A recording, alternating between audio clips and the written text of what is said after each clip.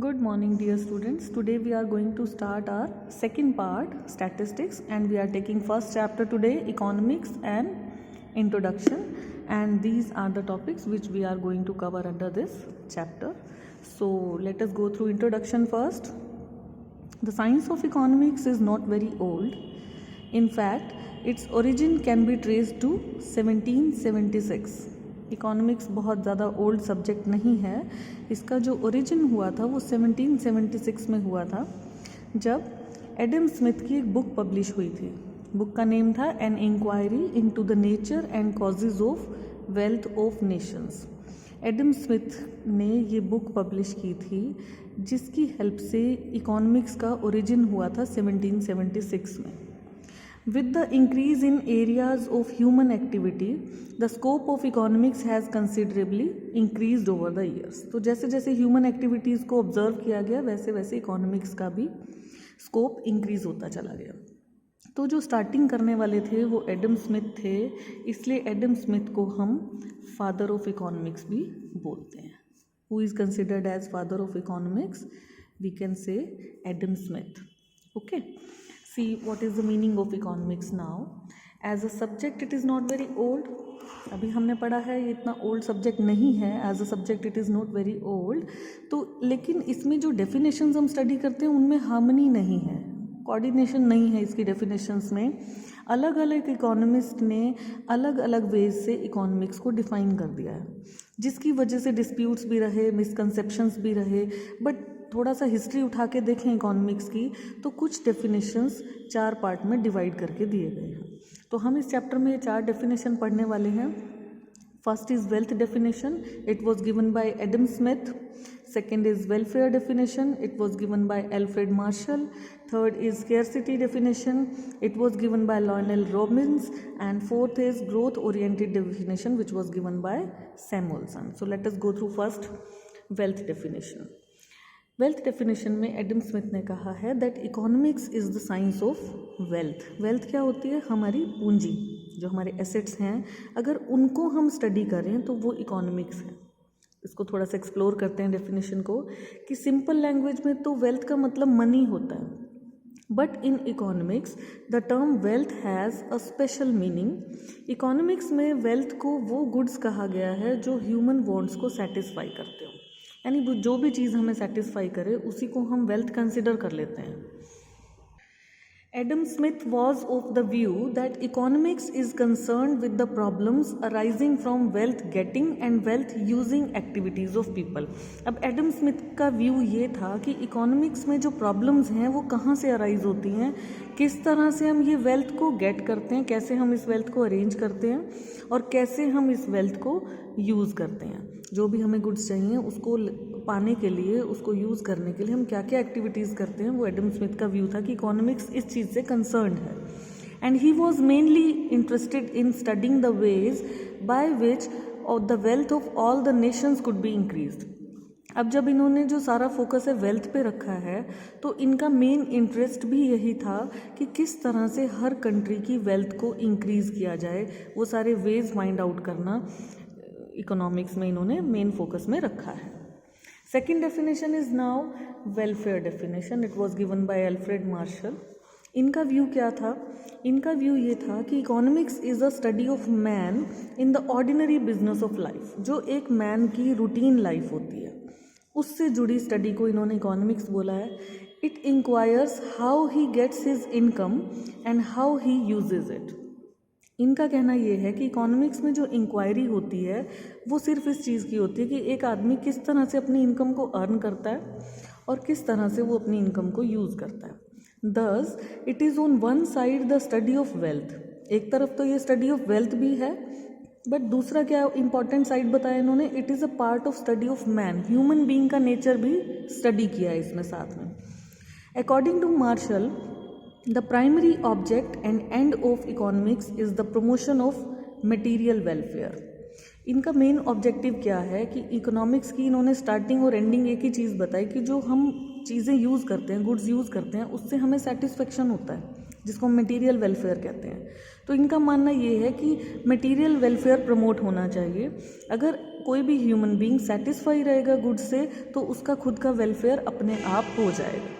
So due to this reason, इस वजह से इनका जो एम्फेसाइज था वेल्थ से वेलफेयर की तरफ ज़्यादा है, इसलिए हम इस डेफिनेशन को भी क्या बोलते हैं, welfare definition. Now the third definition is scarcity definition. It was given by Lionel Robbins. इनका क्या व्यू है, इनका व्यू ये है कि economics is the science which studies human behaviour as a relationship between ends and scarce means which have alternative uses. हमें पता है कि हमारे जो मीन्स हैं वो स्केर्स हैं। माइक्रो इकोनॉमिक्स के फर्स्ट इंट्रोडक्शन वाले चैप्टर में भी हमने पढ़ा है कि स्केर्सिटी है, हमारे पास रिसोर्सेज बहुत ज़्यादा नहीं हैं। एक तो लिमिटेड रिसोर्सेज हैं, फिर उनके यूजेस भी अल्टरनेटिव हैं। तो अब इनका कहना ये है कि ये जो ह्यूमन बिहेवियर चेंज होता है, किस वजह से, हमारे लिमिटेड रिसोर्सेज की वजह से और अल्टरनेटिव यूजेस की वजह से जो एक रिलेशन बनता है अपने मीन्स और एंड्स के बीच में, उसको स्टडी करना इकोनॉमिक्स बताया इन्होंने। Scarcity definition of economics was given bye Robins in his book. इन्होंने 1932 में एक बुक पब्लिश की थी, an essay on the nature and significance of economic science. उसमें ये इकोनॉमिक्स को स्केर्सिटी वाले मीन्स से, स्केर्स मीन्स से डिफाइन किया था। अब स्केर्सिटी डेफिनेशन इन तीन चीज़ों पे डिपेंड करती है। ये हमने माइक्रो इकोनॉमिक्स में भी पढ़े हैं। इकोनॉमिक प्रॉब्लम जो अराइज होती है इन तीन रीजंस की वजह से होती है, that there are unlimited wants. अब कोई भी मैन है, उसकी वांट्स तो अनलिमिटेड हैं। They can never be fully satisfied. ये वांट्स कभी भी फुल्ली सेटिस्फाइड नहीं होती। एक वांट हमारी सेटिस्फाई होती है तो नई वांट इमर्ज हो जाती है, नई अराइज हो जाती है, न्यू क्रॉप अप हो जाती है। सेकेंडली उसने कहा कि रिसोर्सेज लिमिटेड हैं, स्केर्स हैं, कम हैं। स्केर्सिटी मतलब limitation of supply in relation to demand of a commodity. अब ये स्केर्सिटी तो यूनिवर्सल कॉन्सेप्ट है। हर इंडिविजुअल की लाइफ में ऐसा होता है कि उसके रिसोर्स लिमिटेड है, हर ऑर्गेनाइजेशन के साथ ऐसा है और हर कंट्री के पास ऐसा है। अनलिमिटेड रिसोर्स तो किसी के पास भी नहीं है, इसलिए स्केर्सिटी एक यूनिवर्सल कॉन्सेप्ट है। Third is alternative uses. अब रिसोर्सेज सिर्फ स्केर्स नहीं हैं, बल्कि इनको अलग अलग यूजेस में भी पुट किया जा सकता है, यानी एक ही रिसोर्स के हम मल्टीपल यूजेस भी कर सकते हैं। It makes choice. अब बहुत सारे ऑप्शन हैं तो यहाँ पे हमें चॉइस करना पड़ता है रिसोर्सेज से।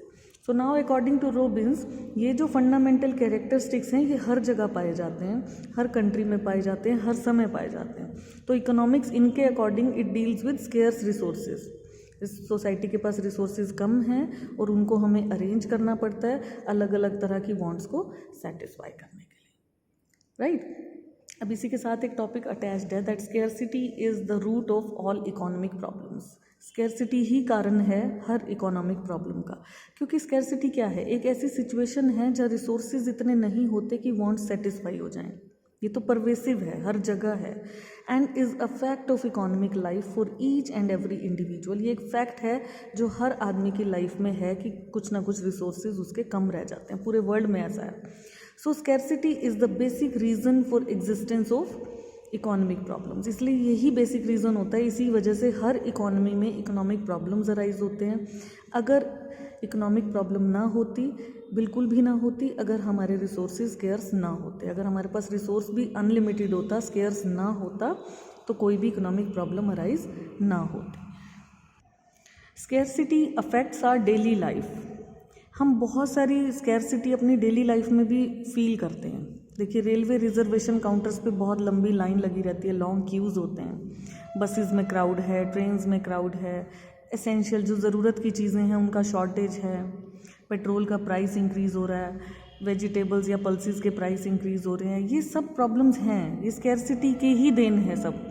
सो we face scarcity because the things that satisfy our wants are limited in availability. ये कमी क्यों है, क्यों फेस कर रहे हैं हम, क्योंकि जो चीज़ें हमें चाहिए अपनी सेटिस्फेक्शन के लिए वो उनका अवेलेबल ही नहीं है, वो अवेलेबिलिटी ही लिमिटेड है उनकी। क्लियर?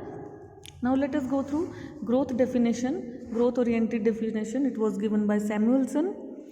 इनका कहना क्या है, देखो इन्होंने ये तीनों डेफिनेशन जो हमने प्रीवियस डेफिनेशंस पढ़े हैं उनको मर्ज कर दिया है। इनका कहना ये है, economics is the study of how man and society choose. कोई भी मैन या कोई भी सोसाइटी क्या रिसोर्सेज चूज़ करता है, विद और without the use of money. इसमें बार्टर सिस्टम भी होता है, कुछ एक्सचेंज सिस्टम रख ले वो, टू एम्प्लॉय स्केर्स रिसोर्सेज उसके पास हमेशा कम रहते हैं, और ऐसे रिसोर्सेज जिनके यूजेस भी अल्टरनेटिव हैं। To produce various commodities over time, बहुत सारी चीज़ें हर समय प्रोड्यूस करनी है, फिर उन्हें डिस्ट्रीब्यूट करना है। हमें अब भी चाहिए वो गुड्स कंजम्पशन के लिए और फ्यूचर में भी चाहिए हर लोगों को, हर तरह की सोसाइटी को। तो इन्होंने एक स्टडी बताई है कि चीज़ें स्केर्स भी हैं, उनके यूजेस भी अल्टरनेटिव हैं, हमें प्रोडक्शन भी करना है, उनको अब भी कंज्यूम करना है और फ्यूचर में भी कंज्यूम करना है। तो किस तरह से एक आदमी या एक सोसाइटी किस तरह से चॉइस करेगा कि मैं कौन से गुड्स खरीदूं, क्या खरीदूं, ताकि अब की कंजम्पशन भी हो जाए और फ्यूचर में भी मुझे प्रॉब्लम ना हो। ठीक है, तो ये जो डेफिनेशन है ये क्या है, ये एक सोशल साइंस है, सोसाइटी के बारे में स्टडी कर रहे हैं हम।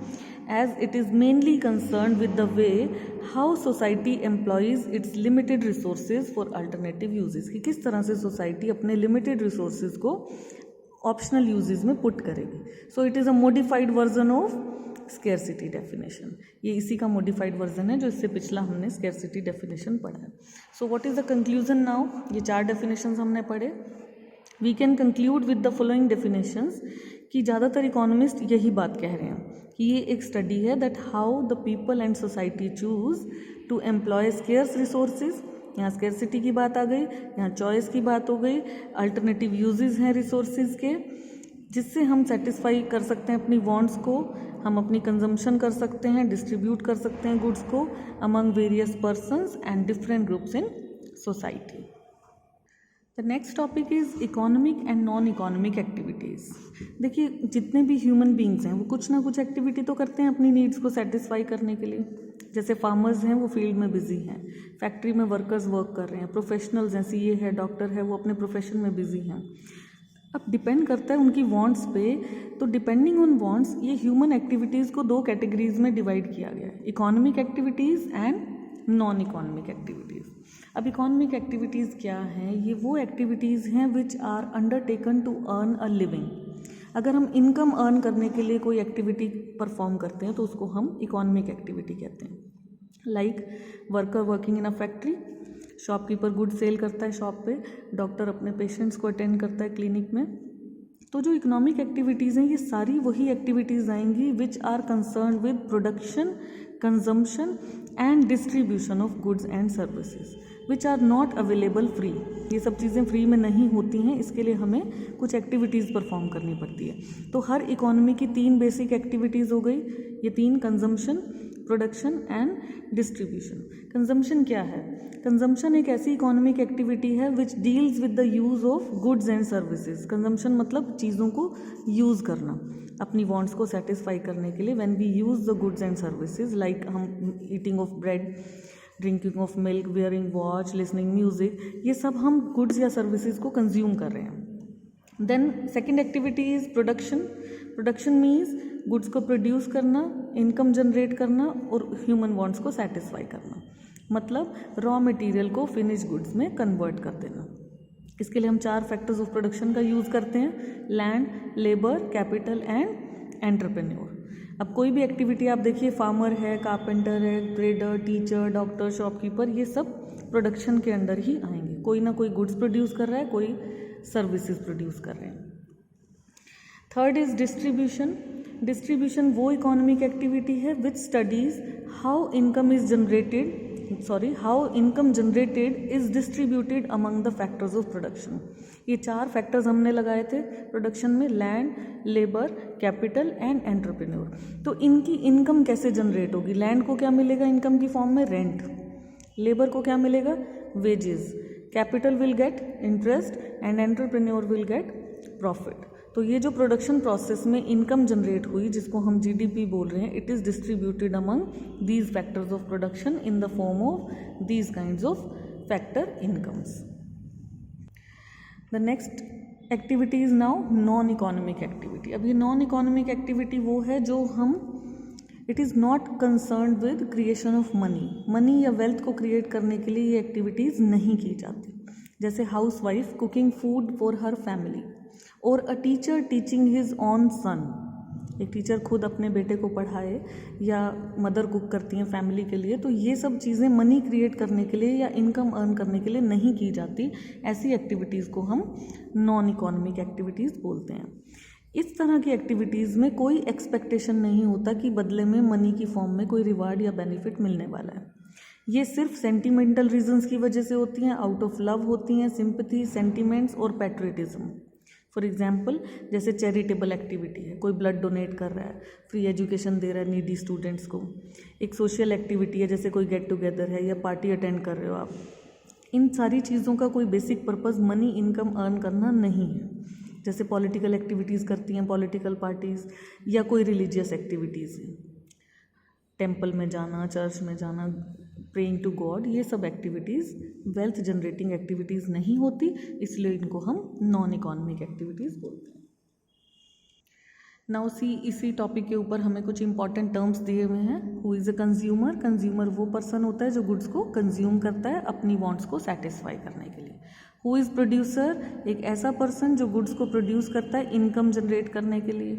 Who is service holder? एक ऐसा पर्सन जो दूसरे पर्सन के लिए काम करता है और बदले में सैलरी लेता है।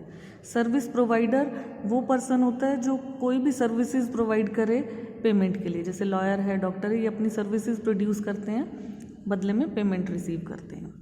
अब कुछ सब्जेक्ट मैटर ऑफ इकोनॉमिक्स, इसको डिवाइड किया कुछ सेक्शंस में, ये जो अभी हमने कुछ डेफिनेशंस पढ़े भी हैं।